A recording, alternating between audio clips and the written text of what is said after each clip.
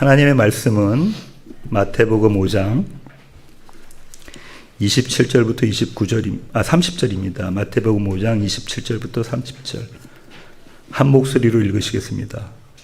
또 간음하지 말라 하였다는 것을 너희가 들었으나 나는 너희에게 이르노니 음욕을 품고 여자를 보는 자마다 마음에 이미 간음하였느니라.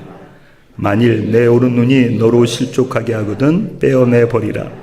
내 백체 중 하나가 없어지고 온몸이 지옥에 던져지지 않는 것이 유익하며 또한 만일 내 오른손이 너로 실족하게 하거든 찍어내 버리라. 내 백체 중 하나가 없어지고 온몸이 지옥에 던져지지 않는 것이 유익하니라. 아멘. 산상수훈 강의 15번째 시간입니다. 오늘은 마태복음 5장 27절부터 30절 말씀을 갖고 간음하지 말라라는 제목으로 함께 나누기를 원합니다. 아시다시피 오늘 본문은 십계명에 관한 내용입니다. 지난 시간 6주 전이죠. 6주 전에는 제6계명 살인하지 말라를 살펴보았습니다. 오늘 제7계명 간음하지 말라입니다. 주님은 이 제7계명을 유대인들과는 전혀 다르게 해석하셨습니다. 음욕을 품고 여자를 보는 것조차도 간음이라고 하시며 윤리 기준을 한참 높이셨습니다. 그리고 간음에 대한 처벌 수위를 영원한 사망이라고 선고하십니다. 29절부터 30절 보실까요? 만일 내 오른눈이 너로 실족하게 하거든 빼어내버리라. 내 백체 중 하나가 없어지고 온몸이 지옥에 던져지지 않는 것이 유익하며 또한 만일 내 오른손이 너로 실족하게 하거든 찍어내버리라. 내 백체 중 하나가 없어지고 온몸이 지옥에 던져지지 않는 것이 유익하니라. 무시무시하다, 그죠? 주님의 이 윤리 기준을 만족시킬 남자들이 있습니까? 눈이 100개라도 모자라고 손이 1000개라도 모자라지 않겠습니까? 음욕이 없는 남자가 어디 있습니까? 그러면 이곳에 계신 저를 포함한 모든 남성분들은 모두 지옥행이어야 합니다. 그죠? 이에 대해서 적지 않은 신학자들이 이렇게 주장하는데요. 단호한 결단으로 간음의 원인인 음욕을 제거하라. 그래서 이런 교훈을 인용하기도 합니다. 새가 머리 위를 지나가는 것을 막을 수는 없지만 새가 머리 위에 둥지를 트는 것은 막을 수 있다. 어떤 의미인지 아시겠죠? 이를 실천한 유명한 인물이 교회사에 나오는데요. 교부 오리겐입니다. 그는 주체할 수 없는 음욕을 억제하기 위해서 스스로 남자의 성기를 잘라버렸어요. 대단하지 않습니까? 그런데 그러면 음욕이 안 생깁니까? 그렇지 않습니다. 남성을 거세해도 어떤 수단과 방법을 동원해도 끊임없는 음욕을 어쩔 수가 없습니다. 그러면 주님은 왜 이런 말씀을 하신 것일까요? 우리를 힘들게 하시려고 이런 말씀을 하셨을까요? 간음하지 말라에 대한 주님의 해석을 이해하기 위해서는요, 주님께서 몸소 보이신 사건을 이해해야 돼요. 저와 여러분의 머릿속에 이런 그림을 한번 그려보죠. 저와 여러분은 지금 예루살렘 성전 마당에 있습니다. 상상을 해보세요. 첫 번째 화면입니다. 성전 마당은 바깥쪽부터 이방인의 뜰, 여인의 뜰, 이스라엘의 뜰, 제사장의 뜰 이렇게 구분되어 있습니다. 엄격하게 구분되어져 있어요. 그 중에 이방인의 뜰에는 솔로몬 행각이라 불리는 회랑이 있었습니다. 두 번째 사진 보시면요. 행각, 회랑 이거 같은 말인데요. 이건 건물에 붙어 있으면서 지붕은 있는데 벽이 없는 거죠. 그런 복도 같은 것입니다. 우리나라 궁궐에도 많이 있는 겁니다. 랍비들이 어디서 가르쳤냐면요. 이 이방인의 뜰에 있는 회랑, 행각에서 가르쳤어요. 예수님도 그러셨을 겁니다. 세 번째 그림을 보시면요. 이 뜰이 이방인의 뜰이 아주 넓어요. 그 뜰에 희생제물을 파는 사람들도 있고 환전상들도 있었습니다. 지금 저와 여러분이 서 있는 곳이 이 이방인의 뜰이라고 상상해 보세요. 그런데 갑자기 그곳에 시끌벅적한 소리가 들립니다. 건장한 사람들이 한 여인을 데리고 와서 마당 한복판에 꿇어앉힙니다. 이 여인을 보십시오. 머리는 풀어 헤쳐져 있어요. 정신이 나간 모습으로 어쩔 줄 몰라 합니다. 얼굴은 파랗게 질려 있습니다. 마당에 있던 모든 사람들이 그 여인을 보러 구름같이 몰려듭니다. 도대체 이게 무슨 일이지? 하고 구름같이 몰려들어요. 사도 요한은요, 요한복음 8장이 이 사건을 기록하고 있죠. 요한복음 8장 1절부터 5절입니다. 저와 여러분이 한 절씩 교독하시겠습니다. 예수는 감난산으로 가시니라.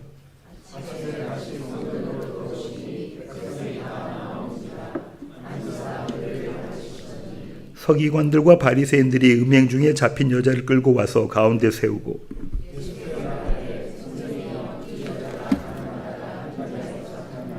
함께 읽으시겠습니다. 모세는 율법에 이러한 여자를 돌로 치라 명하였거니와 선생은 어떻게 말하겠나이까. 저와 여러분이 잘 아는 가늠하다 현장에서 잡힌 여인의 이야기입니다. 이제 갖고 계신 성경책은 마태복음 5장을 펴놓으시고요. 저희는 화면으로는 요한복음 8장을 보도록 하겠습니다. 5절 상반절입니다. 모세는 율법에 이러한 여자를 돌로 치라 명하였거니와, 오늘 본문이죠. 이 구절이 요한복음 8장이죠. 이 구절이 오늘 설교 본문에 너희가 들었으나의 다른 표현이라고요. 그런가요? 너희가 들었으나, 오늘 마태복음 산상수훈에서는 주님께서 그렇게 말씀하시는 것이 요한복음 8장에서는 모세는 율법에 이러한 여자를 돌로 치라 명하였거니와, 이 율법이라는 거예요. 그러면 선생은 어떻게 말하겠나이까? 요한복음 8장에 나오는 이 구절은 오늘 본문에 어디에 해당할까요? 어디에 해당합니까? 나는 너희에게 이렇게 말한다. 여기에 해당합니다. 주보에 본문이 있습니다. 이 엄청난 사건에 대한 예수님의 답변을 듣기 전에 서기관들과 바리새인들의 의도를 아는 것이 필요한데요. 사도 요한은 이렇게 기록합니다. 요한복음 8장 6절 상반절입니다. 제가 읽겠습니다. 그들이 이렇게 말하면 고발할 조건을 얻고자 하여 예수를 시험함이라. 사도의 기록처럼 이 사건은 의도적으로 만들어진 거예요. 가늠한 여인을 현장에서 잡을 확률이 얼마나 될까요? 사람들이 다 알게 간통하거나 가늠하는 그런 사람들은 없죠. 쥐도 새도 모르게 하는 것이 간음입니다. 간통이라고요. 그런데 이 여인이 붙잡혔어요. 또 한 가지 의구심은요. 간음한 현장에 있었던 남자는 체포되지 않았어요. 모세 율법은 이렇게 기록합니다. 레위기 20장 10절 함께 읽으시겠습니다. 누구든지 남의 아내와 간음하는 자 곧 그의 이웃의 아내와 간음하는 자는 그 간부와 음부를 반드시 죽일지니라. 남자 여자를 다 죽이라고 했단 말이죠. 신명기 22장 22절 함께 읽으시겠습니다. 어떤 남자가 유부녀와 동침한 것이 드러나거든 그 동침한 남자와 그 여자를 둘 다 죽여 이스라엘 중에 악을 제할지니라. 그런데 남자는 없습니다. 놓쳤을 리가 없어요. 일부러 도망가게 내버려 둔 겁니다. 그러니까 아마도 서기관들과 바리새인들이 작정을 하고 이 여인에게 덫을 놓은 거예요. 이것이 대부분의 신학자들이 공통적으로 말하는 이야기입니다. 그 덫의 표적은 여인이 아니었어요. 누구였죠? 예수님이셨다는 거예요. 그 덫이 바로 이 질문입니다. 선생은 어떻게 말하겠나이까? 선생은 어떻게 말하겠나이까? 오늘 본문에서는 뭐죠? 나는 너에게 이렇게 말한다요. 만약에 예수님이 율법에 따라 돌로 쳐 죽이라고 하면 로마법에 저촉이 됩니다. 큰일 나버려요. 반대로 살려두라고 하면요. 유대법에 저촉이 됩니다. 이것도 큰일 나는 겁니다. 이러지도 저러지도 못하는 진퇴양난입니다. 예수님이 덫에 걸리셨어요. 그런데 여기에 역설이 있습니다. 율법에 정통하고 율법 준수를 생명처럼 여겼던 자들이 누구였습니까? 바리새인들이었어요. 그들의 대표들이 서기관들이었죠. 그런 그들이 지금 율법을 지키지 않았다는 거예요. 간음의 현장에서 그 음부와 그 간부를 발견하면 바로 판결을 해야 되거든요. 오히려 그들은 그토록 믿고 따르던 율법을 지금 이용하고 있습니다. 그들의 원수를 붙잡는 덫으로 사용하고 있는 겁니다. 그들이 그렇게 붙잡고 있던 의가 그들의 죄가 되는 모습이라고요. 예, 주님의 답변을 들어보겠습니다. 요한복음 8장 6절 하반절 함께 읽으시겠습니다. 예수께서 몸을 굽히사 손가락으로 땅에 쓰시니. 예수님은 아무런 대답을 하지 않으세요. 말씀이 없으시고 대신 땅에 무언가를 손가락으로 쓰고 계십니다. 허리를 굽히셔서. 누군가는 주님의 이런 행동을 보고 주님께서 대답을 진지하게 생각 중이다, 모색 중이시다 이렇게 말하는 신학자들도 있고요. 또 누군가는 대답을 위해서 시간을 벌기 위해서 그러셨을 것이다 이렇게 보기도 합니다. 근데 그렇지가 않아요. 의미가 있는 사건입니다. 행동이세요. 예수님은 하나님이십니다. 아멘이신가요? 성경에 하나님께서 글을 쓰신 경우가 딱 3번이 등장해요. 첫 번째는 시내 산에서 하나님의 손가락으로 돌판에 십계명을 쓰신 겁니다. 출애굽기 31장 18절 제가 읽겠습니다. 여호와께서 시내 산 위에서 모세에게 이르시기를 마치신 때에 증거판 2를 모세에게 주시니 이는 돌판이요 하나님이 친히 쓰신 것이더라. 이게 첫 번째 사건이에요. 이 사건에서 말하고자 하는 바는 하나님은 율법의 제정자시다. 율법을 만드시는 분이시다라는 거죠. 두 번째 사건은요, 사람의 손가락이 벽에 글씨를 써서 바벨론의 멸망을 이야기하는, 선포하는 그런 사건이 있었습니다. 다니엘서 5장 5절 함께 읽으시겠습니다. 그때에 사람의 손가락들이 나타나서 왕궁 촛대 맞은편 석회벽에 글자를 쓰는데 왕이 그 글자 쓰는 손가락을 본지라. 이 장면이 말하고자 하는 바는요, 하나님은 역사의 심판자이시다라는 거예요. 법을 집행하시는 분, 법을 제정하셨고 법을 집행하시는 분이라는 거죠. 그리고 마지막 3번째 장면이 방금 저와 여러분이 본 요한복음 8장에 나오는 거예요. 성전 마당에서 주님께서 땅에 글을 쓰신 것. 이건 어떤 의미를 갖고 있냐면 예수님은 율법의 제정자이시며 역사의 심판자이시다. 땅이라는 이 단어의 히브리어가 아다마예요. 사람은 아담입니다. 히브리어로요. 지금 예수님 무엇을 하고 계시냐면 사람의 근원인 흙, 사람의 죄를 그 흙 위에 지금 쓰고 계시는 장면이라고요. 나는 법의 제정자이고 나는 율법의 집행자이다, 심판자이다 이렇게 말씀하고 계시는 거예요. 주님의 이 뜻밖의 행동을 보고 사람들은 재차 대답을 종용합니다. 그들이 묻기를 맞이 아니하며. 이곳 저곳에서 소리가 났을 거예요. 선생은 어떻게 말하겠나이까? 선생은 도대체 어떻게 말하겠나이까? 모세 율법에는 이렇게 되어져 있는데요. 그러자 주님은 이렇게 답하십니다. 요한복음 8장 7절입니다. 너희 중에 죄 없는 자가 먼저 돌로 치라. 이 구절은요, 오늘 본문의 어느 구절과 같은 말일까요? 주보를 보시면 오늘 본문의 어떤 구절과 같은 말일까요? 너희 중에 죄 없는 자가 먼저 돌로 치라. 음욕을 품고 여자를 보는 자마다 마음에 이미 간음하였느니라. 주님은 이 한 문장으로 재판의 구도를 완전히 뒤집어 놓으셨어요.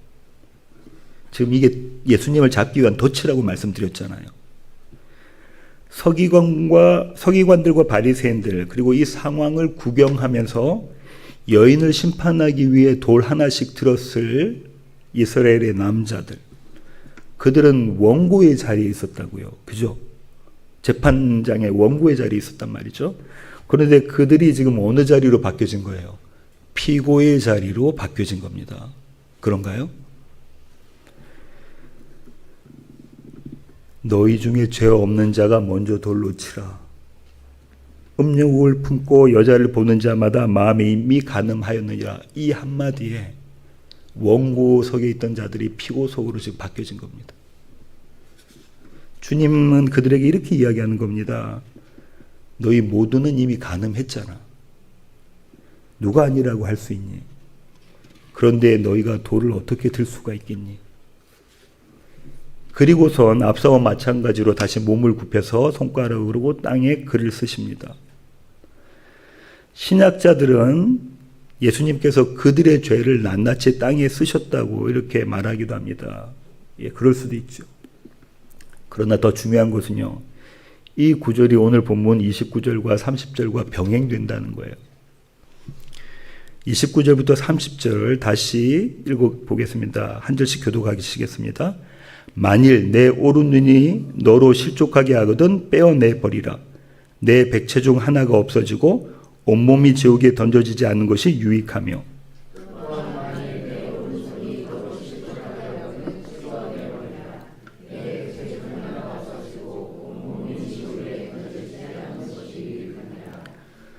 물론 이 구절을 문자적으로 우리의 삶에 1:1로 대응할 수는 없습니다. 그러다가는 모두 앞을 못 보게 되고 손을 못 쓰게 됩니다. 적어도 사춘기 이상의 남자들은 다 그럴 거예요. 그래서 이렇게들 해석합니다. 마음의 간음이라는 죄가 얼마나 심각한 것인지 그것을 보여주시는 말씀이다. 분명 이런 해석도 틀리진 않아요. 그러나 좀 더 깊은 의미가 여기 있습니다. 29절과 30절을 보시면 눈에 띄는 단어가 있지 않습니까? 굳이 없어도 되는데 굳이 없어도 맥락적으로는 이해가 다 돼요. 그런데 이 꼭 넣은 단어가 있어요. 그 단어가 뭐죠? 오른이라는 겁니다. 오른 눈, 오른손. 그죠? 내 눈이, 내 손이 이렇게 말하시지 않고 주님 뭐라고 말씀하셨냐면 내 오른 눈과 내 오른손이라고 말씀하고 계신다고요. 그러셔도 되잖아요. 내 눈이, 내 손이. 음욕이 오른 눈만 저지릅니까? 여기 계신 남자 여러분, 여자가 지나갈 때에 왼쪽 눈은 감으시고 오른쪽 눈으로만 보십니까? 그게 윙크하시면서 보시나요? 그럼 큰일 납니다. 그죠? 유대인들은 오른손과 왼손을 함께 손을 씻지 않습니다. 왜냐하면 오른손은 바른 손이에요. 항상 의로운 손입니다. 상징하는 게 있다는 거예요. 바른 것, 자기의. 그러니까 자연히 간음은 어떻게 되는 거냐면요. 자기의가 되는 거예요. 그죠? 간음은 자기의가 되는 겁니다. 성경이 말하는 간음은요. 하나님과 멀어진 상태예요. 그분과 결별한 상태입니다. 다시 말해 하나님의 의가 아닌 나의 의로 사는 것이 성경의 간음이에요. 그래서 사도 야고보가 이렇게 말합니다. 야고보서 4장 4절 함께 읽으시겠습니다. 간음한 여인들아 세상과 벗된 것이 하나님과 원수됨을 알지 못하느냐. 그런즉 누구든지 세상과 벗이 되고자 하는 자는 스스로 하나님과 원수되는 것이니라. 그런데 주님은요. 그 의를 빼어버리고 찍어내버리라고 지금 말씀하고 계시는 거예요. 너희의 의. 그 의로는 어딜 못 갑니까? 천국 못 간다. 라고 서론에 먼저 이야기하시고 지금 산상순을 시작하고 계시는 거예요. 마태복음 5장 20절입니다. 제가 읽겠습니다. 내가 너희에게 이르노니 너희의 의가 서기관과 바리새인보다 더 낫지 못하면 결코 천국에 들어가지 못하리라. 그러니까 이 말씀은요. 죄를 지으면 눈알을 빼어버리고 악을 행하면 손을 찍어내버리라는 말씀이 아니에요. 우리의 의로는 도저히 그리고 결단코 천국에 들어갈 수 없다는 말씀입니다. 여기 아이러니가 있어요. 우리는 우리가 의롭다고 여기는 것으로 죄를 범한다는 거예요. 그죠? 오늘 이 장면, 요한복음 8장의 장면을 잘 보십시오. 우리는 우리가 의롭다고 여기는 것으로 죄를 범한다는 거예요. 대단한 역설입니다. 이 역설이 교만한 우리를 겸손하게 만듭니다. 그런가요? 우리가 자랑하는 것, 그것으로 우리가 죄를 범하기 때문에, 그죠? 교만한 우리를 겸손하게 만들어요. 주님은 이 말씀을 성전 마당에 둘러싼 사람들에게 선포하십니다. 너희 중에 죄 없는 자가 먼저 돌로 치라 하시고 다시 몸을 굽혀 손가락으로 땅에 쓰시니. 사도 요한은요, 이 심판의 선언을 들은 그 자리에 모인 사람들의 반응을 이렇게 기록합니다. 요한복음 8장 9절 상반절입니다. 함께 읽으시겠습니다.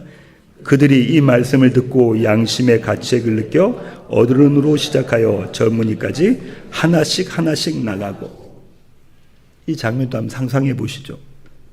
여인과 예수님이 성전 마당 한가운데 있습니다. 여인은 꿇어 엎드려서 감히 눈을 들지도 못해요. 주님은 그녀 곁에서 몸을 굽혀 땅에 글을 쓰고 계십니다. 여인을 붙잡아온 서기관들과 바리새인들은 의기양양합니다. 이제는 되었다. 저자 나사렛 예수를 우리가 잡았다. 흡족한 미소를 지으며 주님 가까이 서 있었을 거고요. 예루살렘의 남자들은 그들을 둘러서서 있었을 겁니다. 돌 하나씩 들고. 아마도 어른들이 젊은이들보다 더 가까이 서 있었을 겁니다. 왜냐하면 그들은 평생을 율법을 지키면서 살아왔거든요. 그만큼 더 많은 의로움을 가졌던 거예요. 율법을 더 많이 지켰다는 것은 더 많은 자기의가 있었다는 거죠. 그러니까 심판도 내가 먼저 할 수 있다고 여겼을 겁니다. 그처럼 그들의 의로움은 그들의 나이만큼이나 깊고 단단했어요. 유대인들의 의는 대단한 겁니다. 그런데 주님은 청천벽력 같은 선언을 하신 겁니다. 자, 한번 상상해 보는데요. 주님이 큰 목소리로 이 말씀을 하셨을까요? 저 뒤에까지 다 들리게 큰 목소리로 말씀하셨을까요? 전 아마 작은 목소리를 하셨을 것 같아요. 가까이 있는 사람들만 겨우 알아들을 수 있는 목소리로. 죄 없는 자가 먼저 돌로 치라. 이제 상황이 반전되었습니다. 자신들이 의로 여겼던 그 모든 것들이 죄가 되어버린 것입니다. 그들 손에 들렸던 이 돌의 무게가 갑자기 자신들의 죄의 무게로 느껴졌을 거예요. 그들은 더 이상 그 자리에 있을 수가 없었습니다. 그래서 어른들부터 슬그머니 그 자리를 떠납니다. 한번 생각해 보세요. 예수님과 여인이 있고요. 서기관과 바리새인들이 그 옆에 있고요. 많은 남자들이 둘러싸여 있습니다. 가까이에는 나이 많으신 어르신들 계시고요. 뒤로 갈수록 젊은 사람들이 있었겠죠. 그런데 앞에서부터 나이 드신 사람들부터 먼저 그 자리를 떠나는 거예요. 뒤에 있는 사람들은 예수님의 목소리를 못 들었을 수도 있습니다. 도대체 이게 뭐지? 뒤로 가시는 어르신을 붙잡고 이야기했을 수도 있죠. 어르신. 도대체 이게 무슨 일입니까? 왜 저 여인을 돌로 치지 않습니까? 이스라엘의 의를 세워야죠. 어르신이 이렇게 이야기하셨을 것 같아요. 나도 그러고 싶네만. 저 예수가 이렇게 말했다네. 너희 중에 죄 없는 자가 먼저 돌로 치라. 마태복음의 버전으로 다시 읽으면 이렇습니다. 교독하시겠습니다. 마태복음 5장 28절부터 30절입니다. 음욕을 품고 여자를 보는 자마다 이미 간음하였느니라.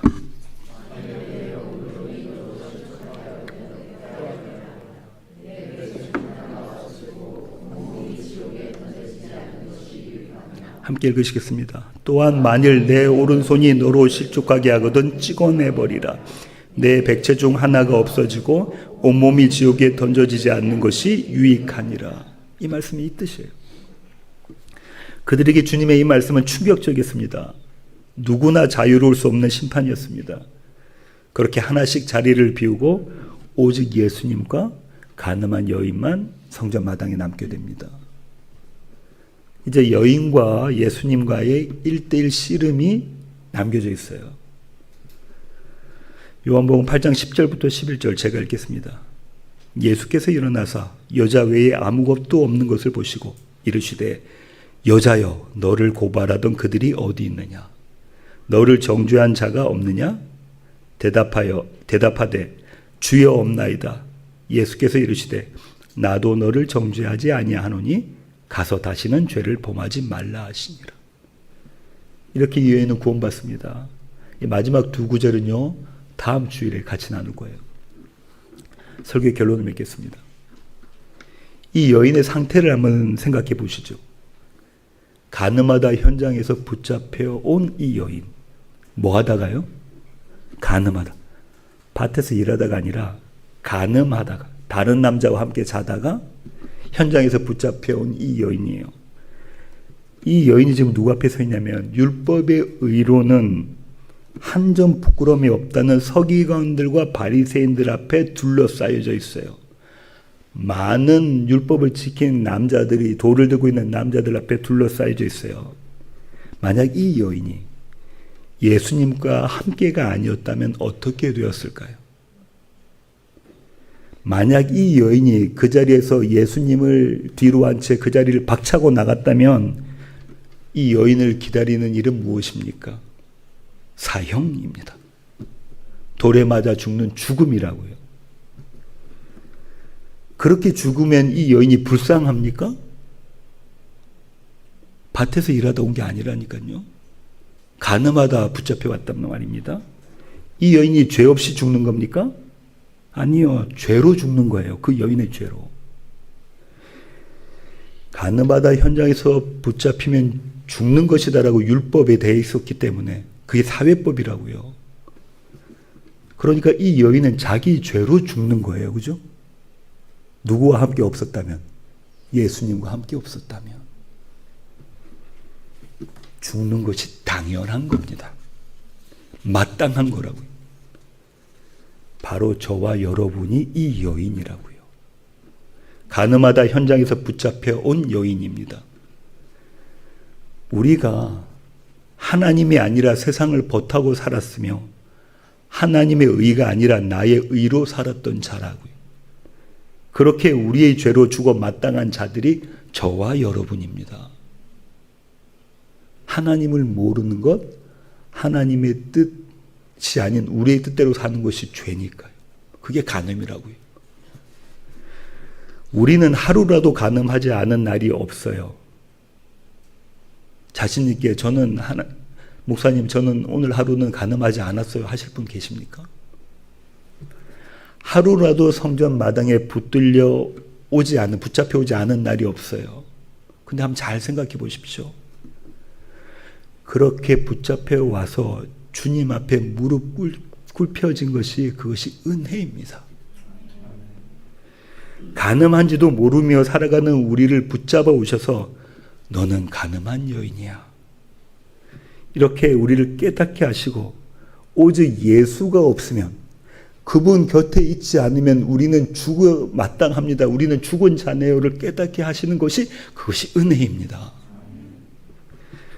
그렇게 우리의 모든 자기의가 파산 선고를 받고 우리의 오른 눈과 오른손이 쓸모없음을 깨달은 그 자리가 바로 은혜의 출발점입니다.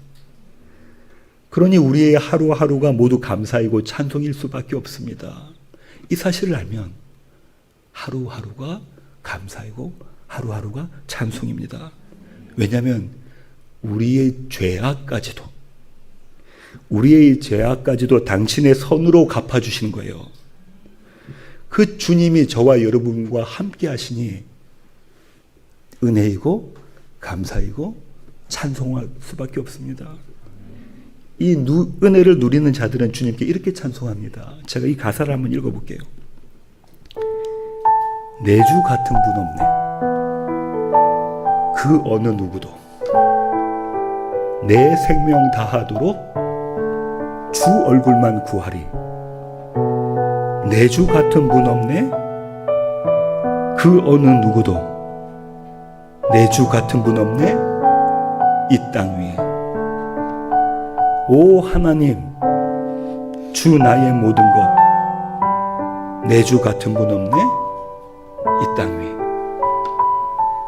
이 은혜로 사시는 우리 낮은 울타리 교회 가족 모두이기를 소원합니다. 기도하시겠습니다. 주님, 그렇습니다. 주님 같으신 분이 없습니다. 날마다 가늠하다 현장에서 붙잡혀온 저희들임을 주님 저희가 잘 압니다. 주님께서 저희들에게 말씀하십니다. 너는 간음한 여인이다. 하나님, 이 주님의 심판의 선언이 오히려 은혜인 것은 그 자리가 우리를 살리시는 자리이기 때문에 그렇습니다. 이것이 두려움이 아니라 기쁨과 즐거움으로 바뀌는 자리이기 때문에 그렇습니다. 주님 안에서 이 은혜를 누리며 하루하루 살아가는 우리 낮은 울타리 교회 가족 되게 하여 주시옵소서. 귀하신 예수님의 이름으로 기도합니다.